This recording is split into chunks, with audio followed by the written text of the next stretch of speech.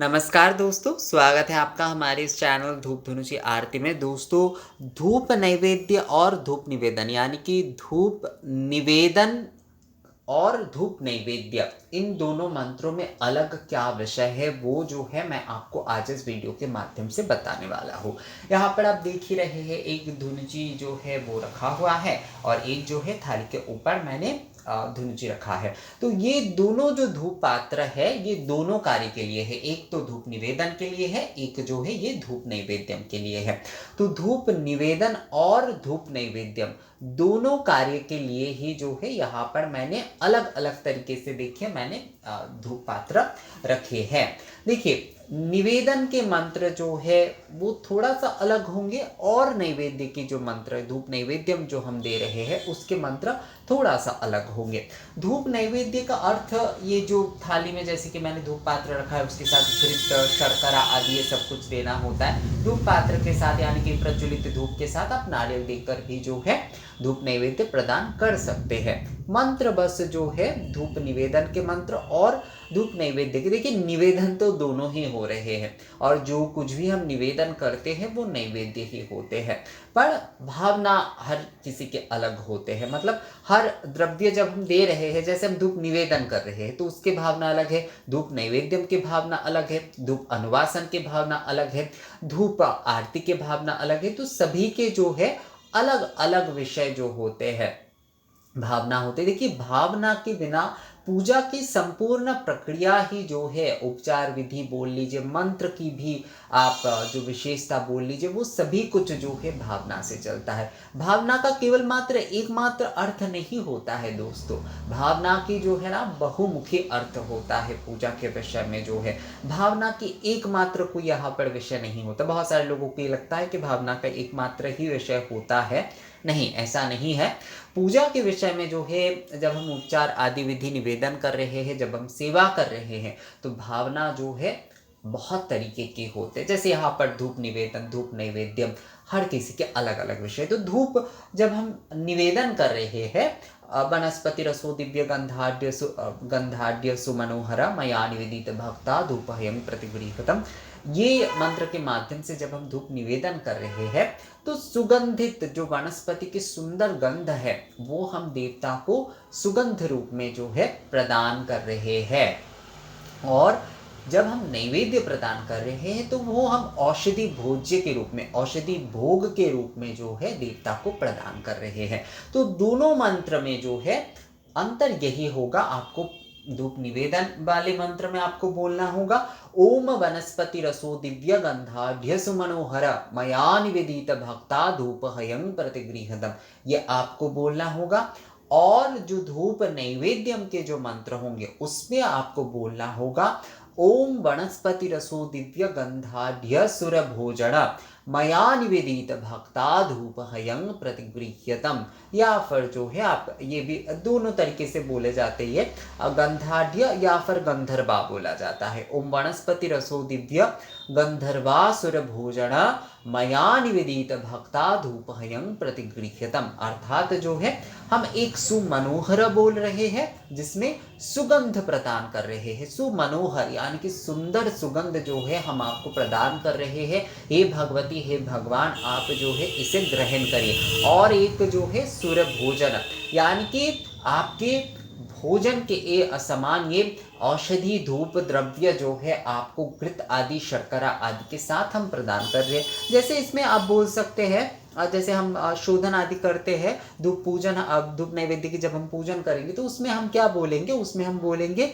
ओम एतश्वैवं सोपकरण सोपकरण धूप नैवेद्याय नमः। सोपकरण का क्या मतलब होगा यहाँ पर, जैसे कि हम घृत शर्करा आदि ये सब कुछ के साथ अर्पण कर रहे हैं, नारियल भी हो सकता है उसके साथ, कुछ लोग जैसे मखाने आदि ये भी देते हैं। तो इन सारे पंचमेवा जो है वो भी धूप नैवेद्यम के साथ देते हैं। तो सोपकरण धूप नैवेद्याय नमः या फिर आज्य सहित, या फिर आज्य सहित, एक तो आप धूप सोपकरण धूप नैवेद्यम बोल सकते हैं, या फिर जो है उमेत शैवं आज्य सहित धूप नैवेद्याय नमः। आज्य अर्थात जो है घी, तो आज्य सहित धूप नैवेद्याय नमः। एत गंध पुष्पे आज्य सहित धूप नैवेद्याय नमः। एत गंध पुष्पे एतदधिपतये देवाय श्री विष्णवे नमः। एतद संप्रदानाय, जिस भी देवी देवता को आप अर्पण कर रहे हैं उसके बाद जो है धूप नैवेद्य मंत्र में आपको बोलना होगा ओम वनस्पति रसो दिव्य गंध्याढ्य सुर भोजन मया निवेदित भक्ता धूप हयं प्रतिगृहतम।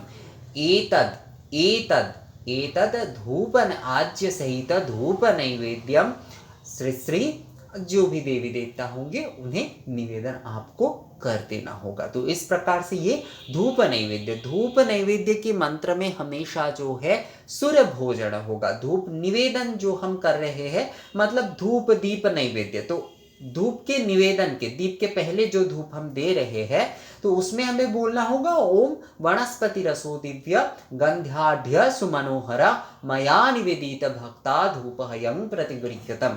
और जब हम धूप नैवेद्यम प्रदान कर रहे हैं तो उसमें हमें बोलना होगा ओम वनस्पति रसो दिव्य गंध्याढ्य सुर भोजन या फिर गंधर्वासुर भोजन मया निवेदित भक्ता धूप हयं प्रतिगृह्यतम।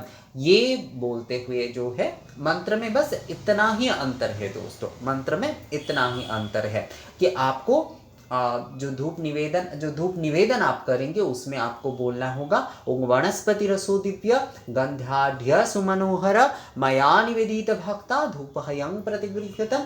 और धूप नैवेद्य की जो मंत्र है उसमें आपको बोलना होगा ओम वनस्पति रसो दिव्य गंधाढ्य सुर भोजन मया निवेदित भक्ता धूप हयं प्रतिगृह्यतम।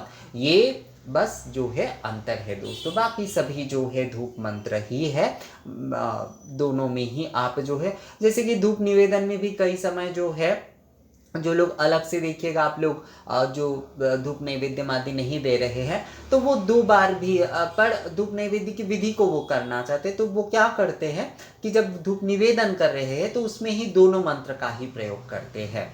तो दोनों मंत्रों का प्रयोग करके ही जो है धूप निवेदन वो कर देते हैं दोस्तों। तो उसमें भी जो है एक प्रकार से धूप नैवेद्यम ही हो रहा है, पर मुझे लगता है अलग अलग करना ही जो है वो सबसे सही होता है, यानी कि एक अलग धुनुची पात्र में। देखिए धूप पूजा अगर आप करना चाहते हैं दोस्तों, धूप पूजा करना चाहते हैं, धूप पूजा बहुत सुंदर पूजा है, मैं तो करते आ रहा हूँ तो मुझे तो सच में बहुत जो है तृप्ति मिलता है।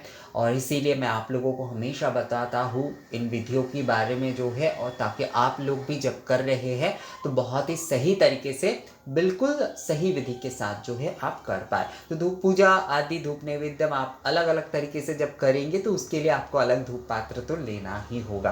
तो मैं हमेशा यही सोचता हूँ कि एक साथ ना करते हुए अगर हम जो है धूप नैवेद्यम अलग अलग करते हैं तो वो ज़्यादा सही रहता है। तो आप धूप जो है निवेदन आपने कर लिए ओम वनस्पति रसो दिव्य गंधाढ्य सुमनोहर मया निवेदित भक्ता धूप हयं प्रतिगृह्यतम।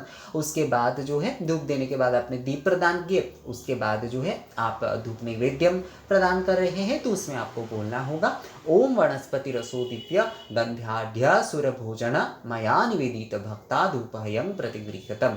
एतद धूप नैवेद्यम आज्य सहित धूप नैवेद्यम अमुक देवी देव्य निवेदयामि। ये कहते हुए जो है आपको धूप नैवेद्य निवेदन कर देना है। तो मुझे लगता है दोस्तों दोनों मंत्र में अंतर जो है वो आपको समझ में आ गया है कि किस समय जो है आपको कौन से मंत्र बोलना है। धूप नैवेद्य में हमेशा जो है सुर भोजन ये मंत्र का आप प्रयोग करिएगा ही, ये बस जो है आप ध्यान रखिएगा। धूप निवेदन में अगर जो है आप सुर भोजन बोलते हैं तो भी सही है, मतलब तो भी उसमें गलत नहीं है, पर जब आप जो है धूप नैवेद्यम प्रदान कर रहे हैं तो वो विशेषकर उसमें सुर भोजन वाला मंत्र ही प्रयोग करिएगा। मतलब धूप निवेदन में अगर आप दोनों ही बोलना चाहते तो सही है, पर धूप नैवेद्यम में गंध्याढ्य सुर भोजन ये वाला मंत्र ही आपको प्रयोग करना